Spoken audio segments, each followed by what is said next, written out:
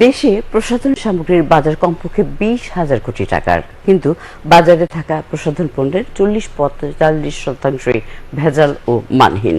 এর মধ্যে বিভিন্ন দেশ থেকে আসা মানহীন পণ্য রয়েছে, আবার অনেক পণ্য মোড়ক বিদেশি হলেও তৈরি হচ্ছে দেশীয় বিভিন্ন কোম্পানির কাটতি থাকা প্রসাধন পণ্য নকল রয়েছে আফরিন জাহানের প্রতিবেদন।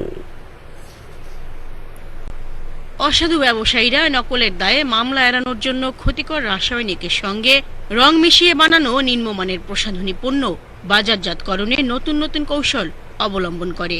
নামকরা কোম্পানির পণ্য হুবহু নকল করে তাতে মেড ইন জার্মানির জায়গায় মেড এট জার্মানি স্টিকার লাগিয়ে, আবার কখনো কখনো ইউনিলিভার কোম্পানির ফেয়ার অ্যান্ড লাভলির আদলে ফেজার অ্যান্ড লাভলি বা ফুজার অ্যান্ড লাভলি ইত্যাদি নামে রং ফর্সাকালী ক্রিম তৈরি করে নিয়মিত বিক্রি করছে বিভিন্ন পার্লার, সেলুন, হেয়ার ড্রেসিং এর দোকানগুলোতে। এমন নিম্নমানের প্রসাধনীতে আকৃষ্ট করতে ফেসবুক, ইউটিউবে নানা ধরনের বিজ্ঞাপনও ব্যবহার করে আসছে তারা। এ সকল বিজ্ঞাপন চিত্রে আবার মডেল হতে দেখা যায় খ্যাতনামা অভিনয় শিল্পীদের। আপনি অনেক সময় অনেক ভালো ব্যবসা করতে পারেন, একটু কম বা ব্যবসা করতে পারেন সাময়িক সময়ের জন্য, কিন্তু আপনার নিয়ারটা খুব ঠিক হওয়া দরকার। তো যেই ব্যক্তি, যেই প্রতিষ্ঠান জনগণকে ঠকাতে ব্যবসা করবে, তাদের সাথে কখনোই আমাদের অ্যাসোসিয়েশন সম্ভব না। সেই প্রোডাক্টের ব্যাপারে অথবা সেই ব্র্যান্ডগুলোর ব্যাপারে জানেন, যে ব্র্যান্ডের হয়ে আমরা আপনাদের সামনে আসি, কোন কোন ব্র্যান্ডকে আমরা রিজেক্ট করছি, কোন কোন ব্র্যান্ডের সাথে কাজ করছি না, অন্য কেউ গিয়ে সেটাতে কাজ করছে টাকার বিনিময়ে, সেটা কিন্তু আপনারা জানেন না। তো আমি আমার জায়গা থেকে আমার সামর্থ্য অনুযায়ী যতটুকু পারি আমি ট্রাই করি সেটাকে এনশিওর করে নিতে। দেশে প্রসাধনীর বিশাল বাজার এবং বিদেশি পণ্যের প্রতি মানুষের আকর্ষণকে পুঁজি করে অতি মুনাফার আশায় এক শ্রেণীর অসাধু ব্যবসায়ী জেনে শুনে মানুষকে এই বিপদে ফেলছেন। এদের বিরুদ্ধে কঠোর হুঁশিয়ারি দিয়েছে জাতীয় ভোক্তা অধিকার সংরক্ষণ অধিদপ্তর। দুই ধরনের অভিযান হয়ে থাকে, একটা হলো সুনির্দিষ্ট অভিযোগের ভিত্তিতে, আরেকটা হলো যে কমন কোনো একটা আইটেম, সেটা আমরা অভিযান করে র্যান্ডম হানা দেই কোনো একটা জায়গায়।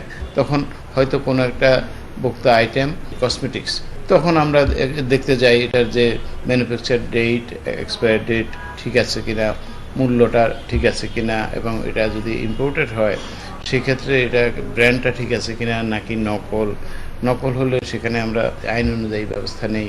সংশ্লিষ্টরা বলছে, আমদানি করা প্রসাধনীর গুণগত মান পরীক্ষার পরেই ছাড়পত্র দেয়া হয়। নকল ভেজাল প্রসাধনী উৎপাদনকারী এবং বাজারজাতকারীদের বিরুদ্ধে নিয়মিত অভিযানও চলছে। ট্রাইব্যুনালে কমপ্লেন করলে সে অনুযায়ী ব্যবস্থা নেওয়া যায়। আমাদের দেশের প্রত্যেক জেলা প্রশাসককে বলবো যে বিশেষ ক্ষমতা আইনের যে ট্রাইব্যুনালে মামলা রুজু করে সে অনুযায়ী ট্রাইব্যুনালের রায়ের মাধ্যমে যদি এই বিষয়গুলোকে কার্যকর করা যায়, তাহলে ভোক্তারা অনেক বেশি স্বস্তি পাবে বলে মনে করি। আমরা যা করছি তার সাথে এটাও যুক্ত হতে পারে। কর্তৃপক্ষের উদ্যোগে অবৈধ কারখানায় অভিযান চালানো হলেও নিয়ম নীতির আওতায় আসেনি এসব কসমেটিক্স ব্যবসায়ীরা। এসব অসাধু ব্যবসায়ীদের প্রতি সরকারকে জিরো টলারেন্স নীতি অনুসরণের পরামর্শ দিয়েছেন বিশেষজ্ঞরা। আফরিন জাহান, বাংলাদেশ টেলিভিশন, ঢাকা।